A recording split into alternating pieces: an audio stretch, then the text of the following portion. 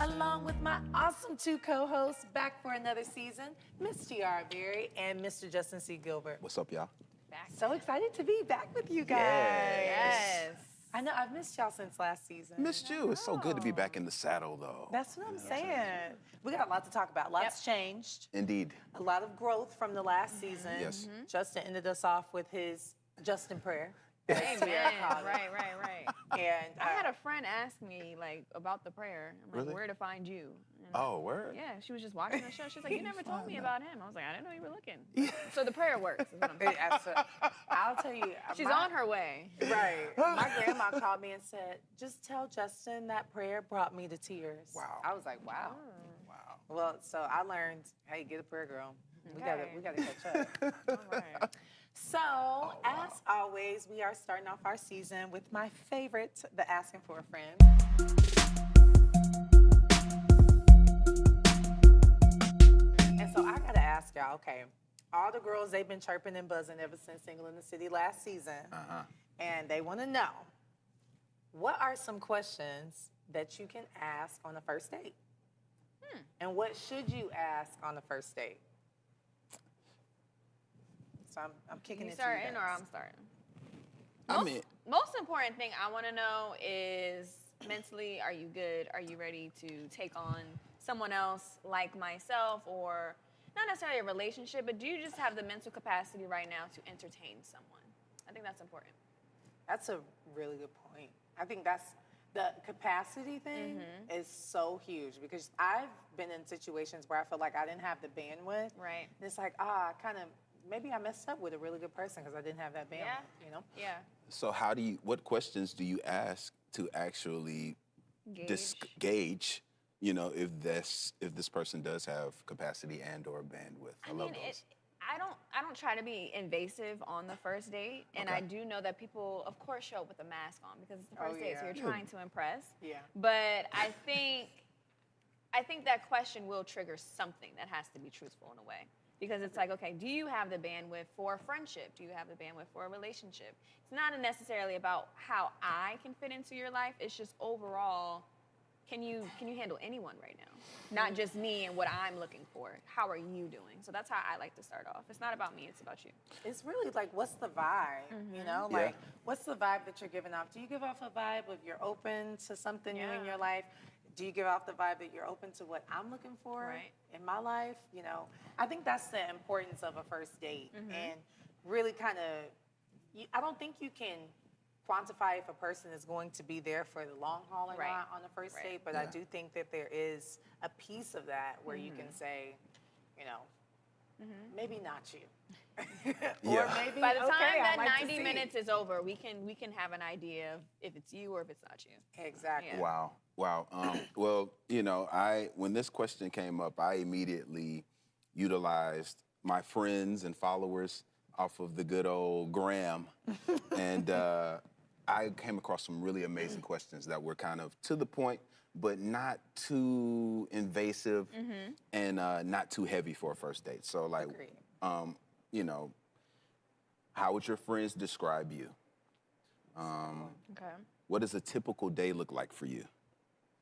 You know what I'm saying? I think those are good questions to kind of gauge how self-aware someone is, and to see what's really going on between their ears. Like, what are you doing all day? Yeah. You know what I'm saying? Do you have a regiment of any sort? Do you have somewhere to be? Do you have somewhere to be? Do you have somewhere to be? These are the questions. That is a great. Do you have somewhere to be? Well, I'll say, Justin, I did some digging And what myself. time do you have to be there? Okay. Is it at 2 p.m.?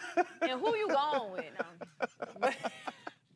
I did do some digging as well. And, so some of my homegirls had sent some questions back. And one of theirs was, are you married or are you single? All right. Sis, why are you asking that question on a date? How did you end up on the date if you ain't know if he was married or not? Well, I'm just saying, Right. some of the girls, don't shoot the messenger. I'm just saying, some of the girls said, hey, they've been on dates, and on the first date, I had a friend, she told me she went out with a guy, she thought he was nice, and he told her, hey, just so you know, she saw he had 2 phones, right? And so he was like, yeah, but you just call me on this phone. He was like, and I'm gonna be a little bit late too for our date, earlier in the date. She's like, oh, okay, well, fine, that's fine. He was like, yeah, I just gotta help out, my kid's mom. She was like, oh, okay, like, you're just going over there to see your kid's mom. He was like, no, we live together, we're married. Like, she's my wife and my kid's mom. And you just call this phone when they got, I said, well, this is different. Well, maybe And they. what did she do after that? Did She never talked she to ordered him an again. appetizer? Or No. Well, I do think she stayed Did for she the rest finish of the the meal. dinner? Yeah. I think she stayed for the rest of the meal. But I think, she had mentally checked out. Because this was very early in the date when all of this Yeah. kind of like started adding up, if you will. I see. I mean, sometimes we have to remember how much we don't know. They could have an arrangement. They could totally have an arrangement, and it could be something that is in play in their dynamic. But that's a different story for a different day. I got another question I wanted to bring up too. Oh, what is Okay, that? what is it? I thought this was interesting. And I guess we could guess the gender of who raised this question. But is there anyone that thinks you're in a relationship with them? Does that sound like a Venus or a Mars question? See, I think it could go either way. I agree. Really? I do. But I've been asked that question Okay. multiple times. Okay. Okay. And sometimes the answer is yes. Okay. There are some people that think I am in a relationship with them. So if you're a savage, just say that. I am not a savage. No Megan Thee Stallion here. Okay. But I do think that I don't know what gender, and I'm not leaning into gender stereotypes, but I have no idea. Okay. I would think a woman would ask that. You're correct. Okay. You're correct. Because I think I personally feel, and in my experience, women have a tendency to be a little bit more clear Okay. within their actions and within their emotions if they're really invested in someone, as opposed to a man. Men have the capacity to kind of spread it Yeah. and make multiple women feel like they're getting pieces of him. See, I like the way you put it that way, because when I was thinking about it, I saw it more from a territorial standpoint than I see men try to say. So I feel like on a date, a guy would be like, I mean, it's nobody else but me, right? And I feel like that's a guy trying to assert it's like a dog. Like, I mean, I don't want to say he peed on me, but I do feel like in a way that's how they establish their presence. So it's kind of like he needs to make sure that there's no other man in the picture as he asserts his dominance, even if you're not even his girlfriend, you know? I can see that. And then also, I think the counter to that is men tend to be a lot more guarded with their emotions and how they feel. And if they feel that they are starting to like someone, what I've noticed, in my opinion, Okay. is that they want to know that the person that they're trusting is like a complete safe space. Like as a woman, for us, men are just like, she can't do anything wrong. You know, yeah. like I can go out and do whatever I want to do, but as long as I know she's at home waiting for me, like, that gives me stability in my emotions and all this stuff. And then as women, it's just kind of like, it's just, it's not as accepted for us to kind of have that freedom when it comes to being with different people as it is with men, I think. That's interesting. I think that's a very antiquated, if males are still thinking like that, I think that's a very antiquated concept on relationship. And that gives me red flag vibes if a person Really? would be asserting territorial type of energy on Oh, a yeah. first date. On a first date, absolutely. So I don't know, like, buyer beware. And it's got a little love bomb on it too. So Right. it's like, it's so many things, but it's all not. So do you as a man, do you bring up those kind of questions on a first date? Is there, somebody else that I should be looped in on? Is it just me? Or are you just like, let's have a good time? I'm definitely about let's have a good time and let me Okay. see if I desire to see you again or have any deeper sort of relationship or dealings with you. Like I'm all about, building friendships and having conversations so that we can discover how our lives intersect. Just because we're attracted to each other, and we talked about this last season, it doesn't mean that we are supposed to explore romantic things. Our attraction, Yeah. you know, once we can actually have conversation and figure out how our lives intersect and how our paths intersect, we can actually be great business partners or have some other type of relationship in a different capacity that's fruitful for us. So I never want to typecast my dates and the women that I see and relegate them to a specific area of my life because I don't know that I would want them there. So why would I start I going so agree. hard? And so that brings me to this from my homegirl. She wanted to also kind of have a question about what is the purpose. So while she was talking about like the questions she should be asking on the first date, she was asking like, you know, should there be more serious questions or more lighthearted questions? I vote lighthearted questions, but I want to know what you guys think. I say lighthearted. It's the first date, so you don't want to go into it with expectations or really leave with expectations. You know, it's more so like, let's focus on, like you said, the moment within. So I say keep it lighthearted, keep it fun, keep it cool. Same, I agree. Lighthearted? I agree. I think, and it's all case by case. If the vibe is there, the vibes are strong, and we get off into some deeper conversations, and it kind of naturally goes into something more serious, then fine. But I definitely wouldn't go with a checklist of questions that I Yeah. need to get answered And- by the end of this day. I You know what I'm agree. saying? And sometimes the deepest, most intimate questions that get answered are more organic and more raw. I feel like a first date is like, oh, we're at this restaurant. I look good and you look good, and it's like probably a to see little you in candle. person. You know, it's a vibe that you just don't want to mess up asking a question that you might not even be ready to know the answer Okay. to.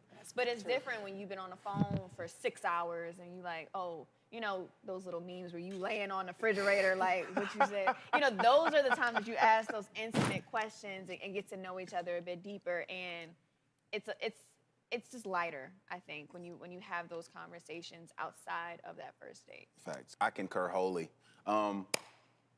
Ladies and gentlemen, stay right there. We'll be right back after these brief messages. Stay tuned for Single in the City.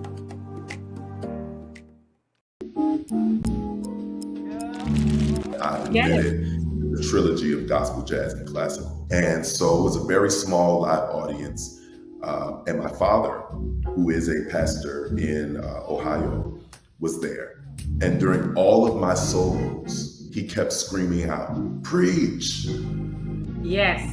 I wasn't saying a word. Woo. Our presence becomes the preached moment. Not just what we say, but who we are in the spaces that God has assigned us and given us access to.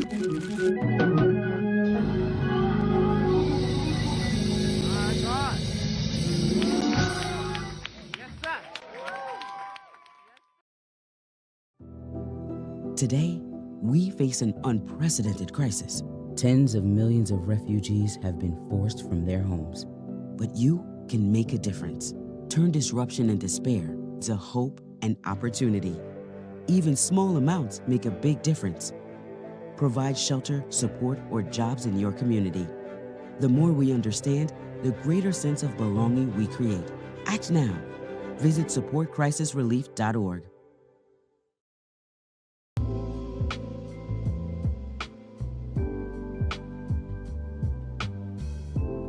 We get the breadcrumbs all over. We want to have that flavor in every bit of that chicken.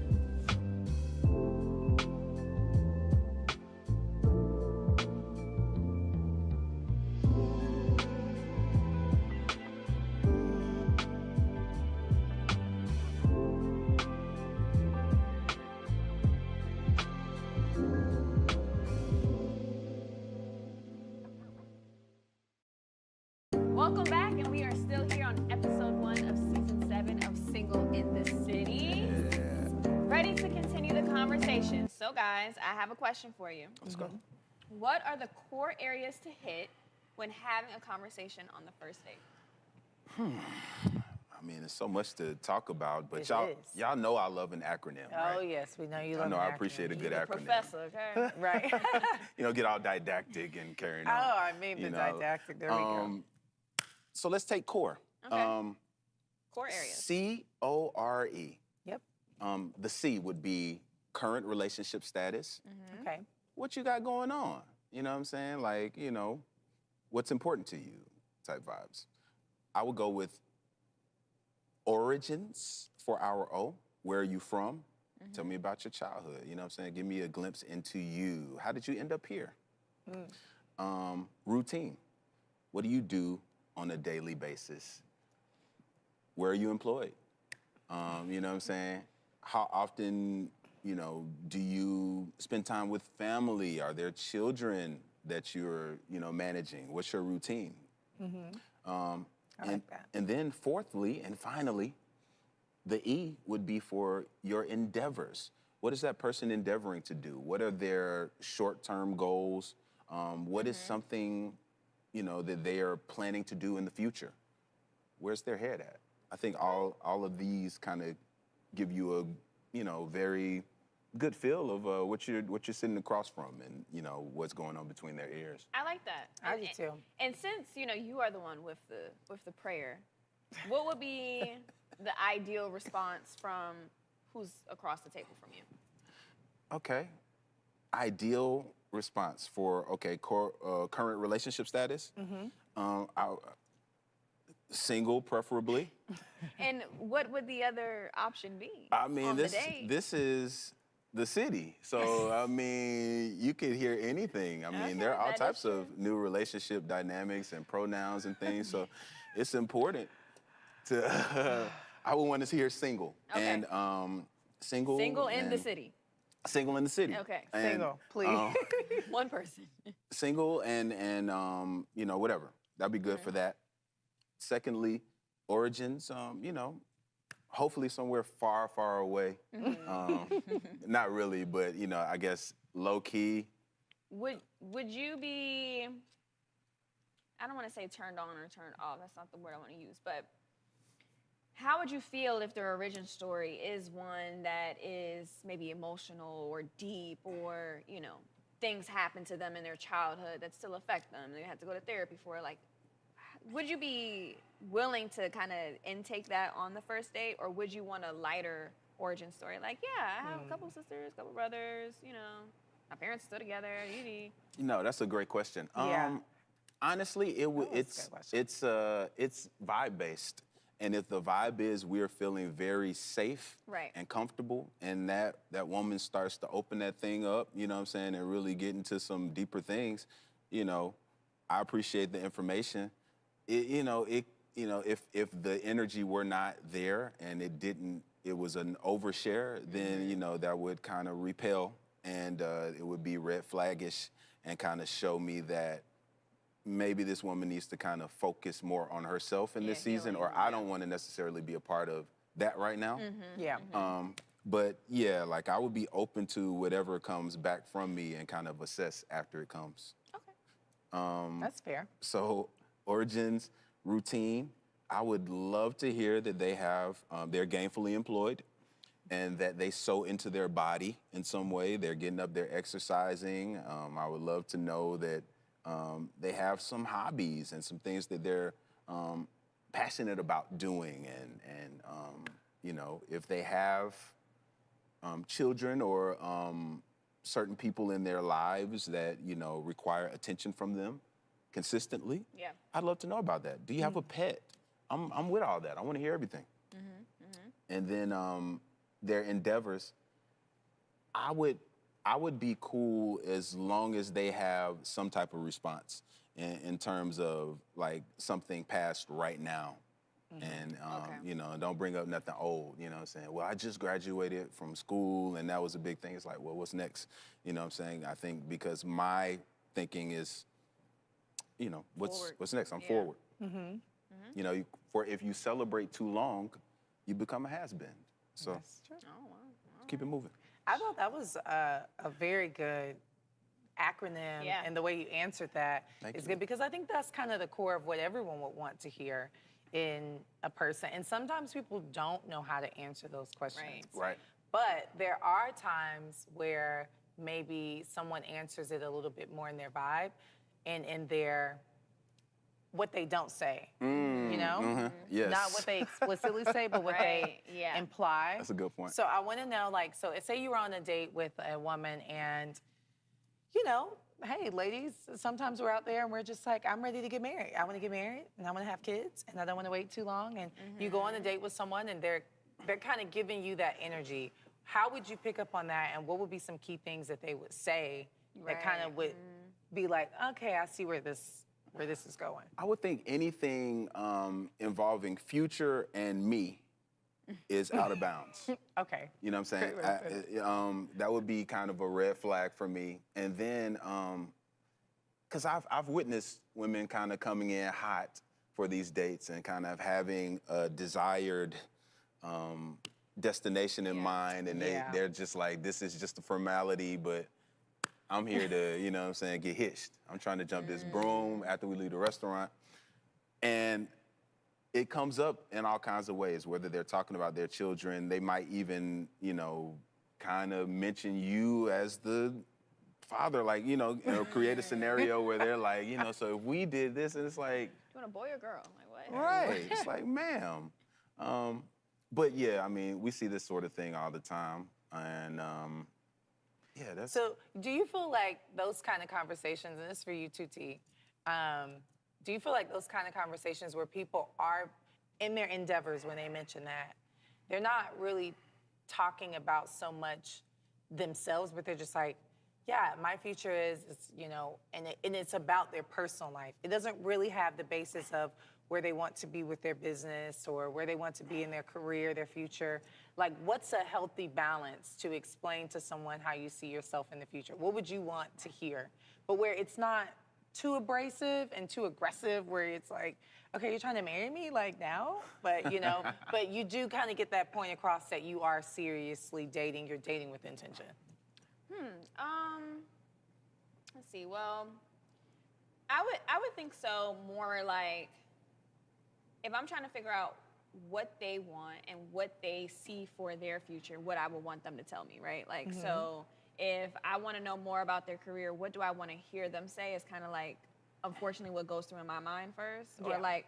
I think we do that as people. We always think about, I would want them to say this, so let me think about what they would actually say or listen to what they would actually say. And I think that is a disservice for me because I think we should go in more so, which I'm working on, is just being open to whatever answer that they give. True. So wherever you are, if that's the most upfront, honest truth that you can provide, then I'm not gonna go in with the expectation of you saying what I want to hear. Right. Okay. You know, so That's fair. if they have goals for their career, only thing I should be able to say on a first date is, well, I'm your biggest cheerleader, you know, I got you, you know, I got you, if you need anything, how can I support you? I might have some resources, I may know people, but I shouldn't, in my mind, be thinking, how do I align my life with what they have in store for themselves, you know? Right. Yeah. I think that's a really big thing too, because a lot of people, and specifically, you know, ladies, don't kill me after I say this, but sometimes, you know, you on a date with somebody and he's like, yeah, like I've got a business and it's doing this well and I'm expecting this, and you're just like, I'm going to marry him because I see the vision. Yep. Yep. But in that, like you said, you know, you have to meet people where they are with their answers and their expectations. Yeah. But I also think that I've seen, it's almost like a first date. I always view it as like an interview, you know, and you can be the perfect person for the job and not interview well, and that count against you. Or you could interview well and not be be the the best preference person. for the job. Right. Exactly. It can go both ways. But I think, you know, kind of what my friend was asking at the beginning of this is, how does she put out the best representation of herself without saying things that are too much? Right. You know? Right. Like, and it doesn't feel like you're dumping on the person on their on the first time meeting them. Right. Yeah. I mean, I would think if the answers are focused, like if I'm answering questions about myself and just only mentioning myself and what my goal is, what my endeavor is, what my routine is, what my current relationship status is, I think that just being in the moment and speaking on what is currently and not what, you know, something that could potentially change or, you know, I mean, if we're talking about things that you would like to see, Right. that's cool. But even that, I think, I think there's a safe way to kind of approach that where it's not putting any pressure or adding any unwanted energy to the date. Because the thing that will happen, unfortunately, is you start to hold people accountable for what they said. So you That's remember the first date and the good times and the keying with drinks, and you like, you ain't who I thought you was. And it's like, well, you should have never said. You should have never showed up to the first date, again, interviewing for a role that you weren't ready to play. That's true. And so many people do that, especially in the city.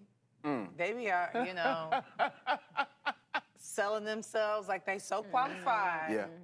But they got that same story for everybody in town. Yeah. So I think that's also where I would say having a really good relationship with God and being able to discern, Yes. what a person is saying and does this match up? And I think, that's the beauty of us as women is like we do have this gut feeling instinct thing that just comes naturally with Yes. us, where if someone says something that's kind of like off bounds or out of pocket, we can kind of pick up on it and be like, I don't know what it is, but I ain't like that. Right. I don't like that. And understand the quality of the investment going into the first date. I think you like to say withdrawals and investing Absolutely. into relationships. So don't go into a first date investing so much in the outcome of it all. Just show up. Show That's up. the best you can do. Show up authentically as yourself, but just also know to be a little cautious about all the little things that you give out to somebody.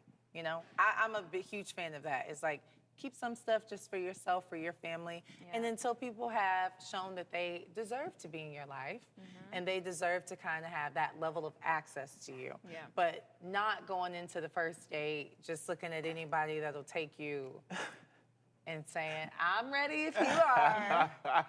I'm here and I'm available for you. Absolutely. So I think that's the best thing. Well, that's gonna wrap up this segment. So guys, we'll be right back. Stay tuned for another segment on Single in the City.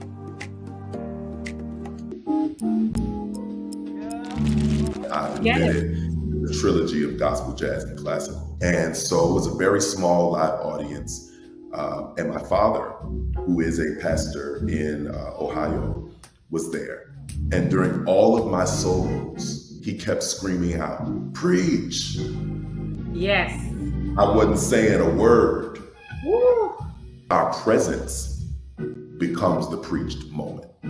Not just what we say, but who we are in the spaces that God has assigned us and given us access to.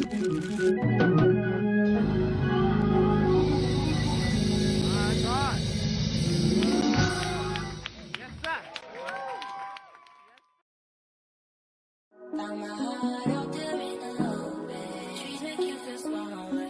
Can't help but get lost again. If I need a break, know where I'm going. Where the water's flowing, I'd rather be flowing. If something I can count on to be free. Feel the beat of nature at a park or forest near you.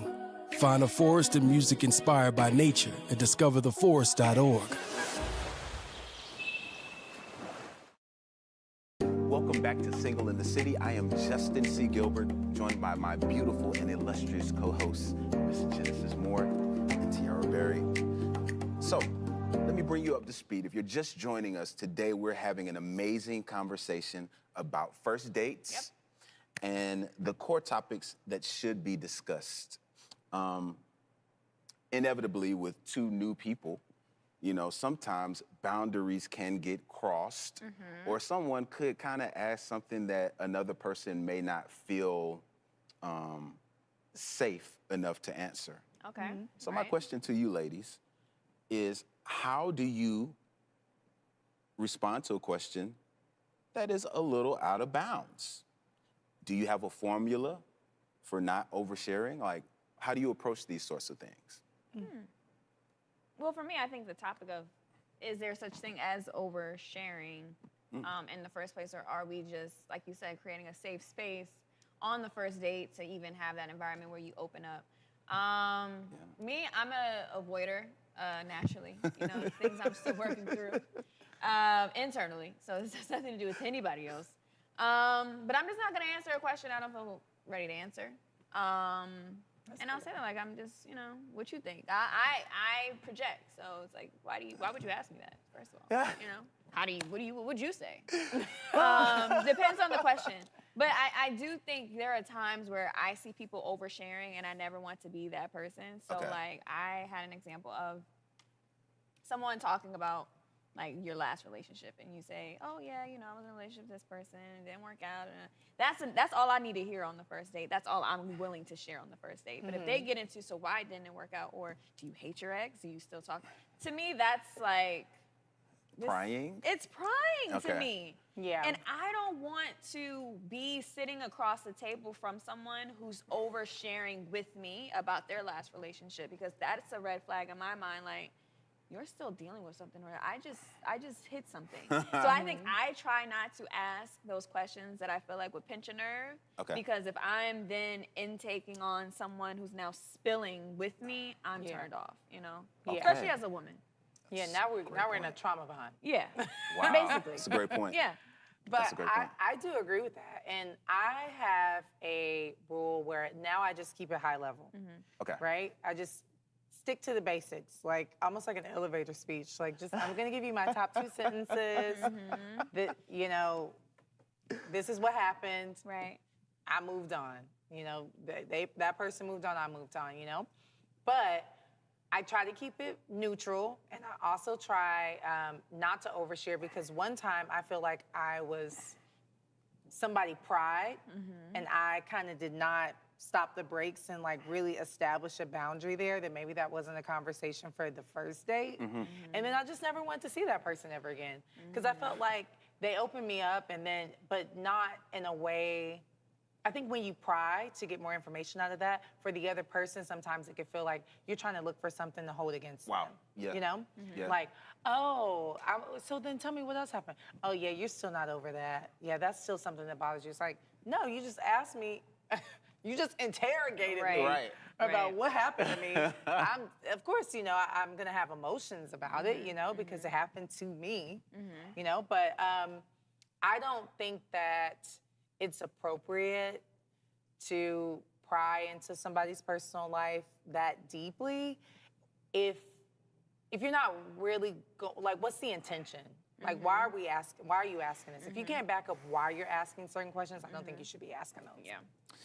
Wow. I think you can't back up, you can't support your reasoning for wanting to know this information, then you don't need to ask. I think that's brilliant. Yeah. You know what I was just thinking about too?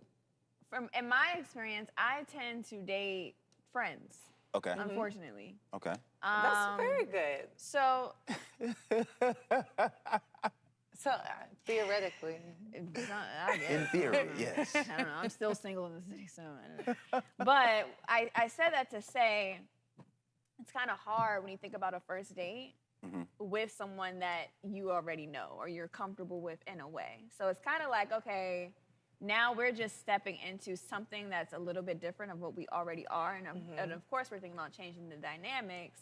But in a lot of times, if we're talking about the topic of oversharing specifically, it's kind of hard to overshare with somebody you're friends with or you're comfortable with. Right. Yeah. So I think that sometimes, I guess when you say that's the good thing about dating your friends,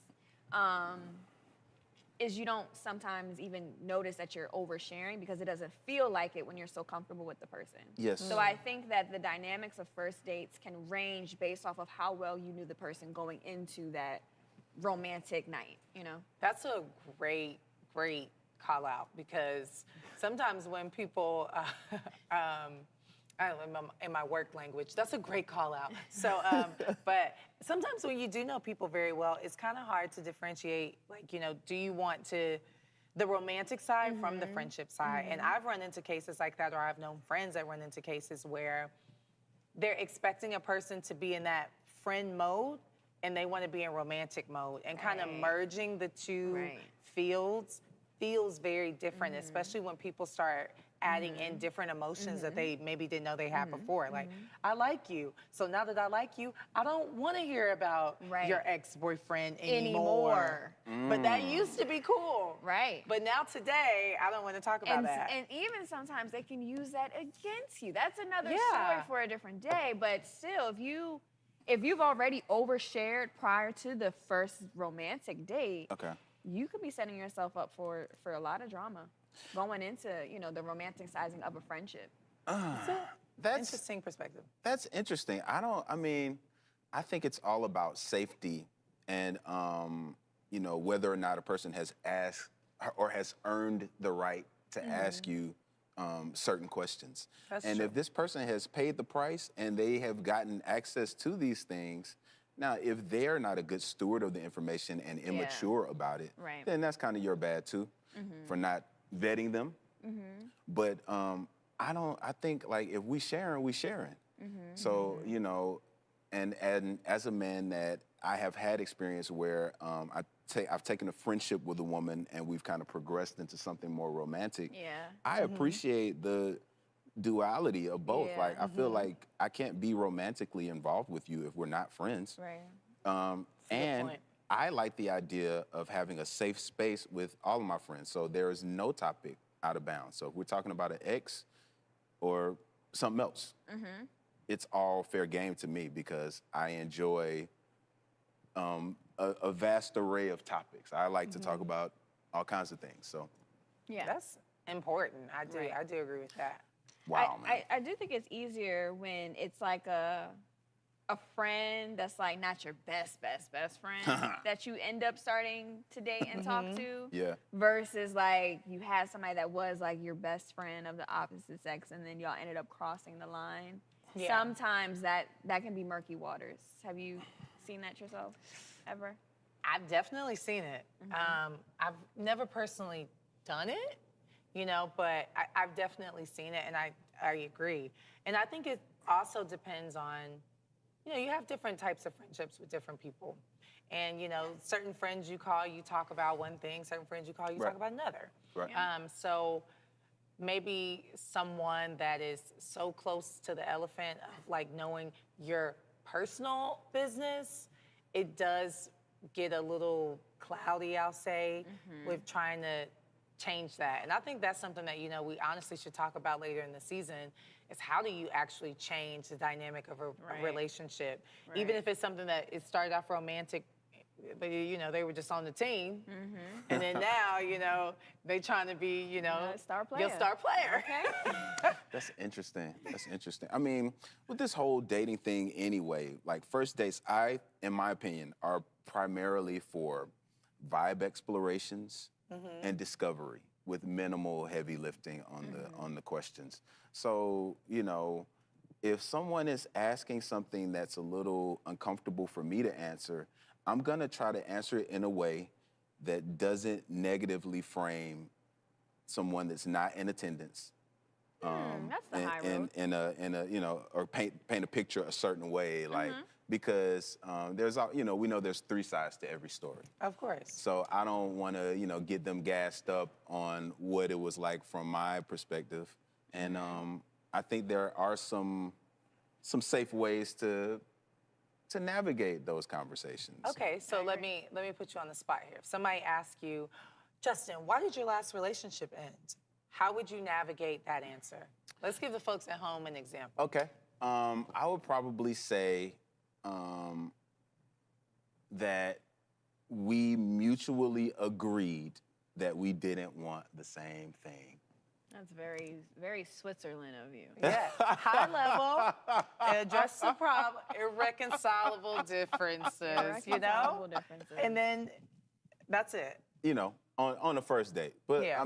but if the vibes are there, Yeah. we can get into it. It just depends on the vibes, though. Like she was crazy and you Well, would here's another thing. How can you detect the vibes properly? Because that's the real big thing is some people get into it and they think, I feel comfortable with this person, based off of what they told me. Let me just go ahead and explain all this stuff to them and give them all this information.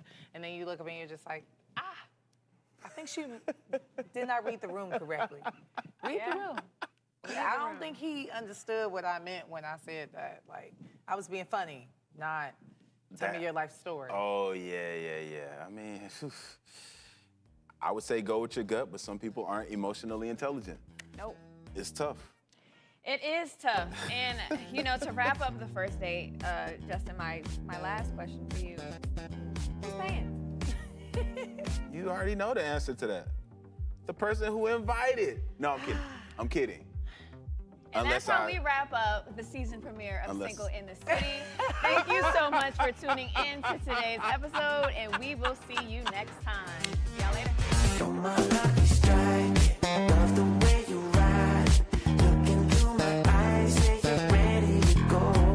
$1 million life, yeah. We could roll the dice. Act like you surprised, but you already know that you're my lucky strike.